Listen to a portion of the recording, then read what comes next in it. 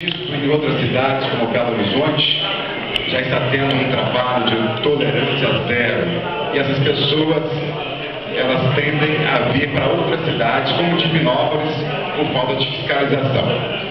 Então é uma situação que tem que ser enfrentada com coragem, com o rigor da lei, mas ao mesmo tempo com sensibilidade administrativa e social.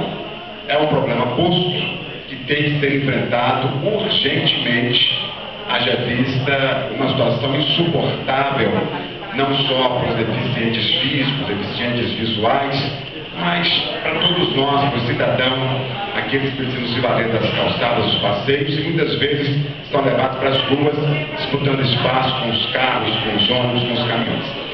Então, Vossa Excelência, muito feliz no seu pronunciamento hoje. E diga essa questão também dessa incongruência da fiscalização, se vai ser por parte dos agentes de trânsito, ou se vai ser por parte dos fiscais de postura.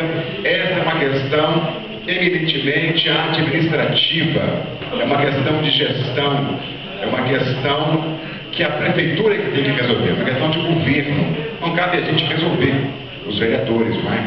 É uma questão interna corporis que o prefeito, com a sua equipe, é que deve resolvê-las.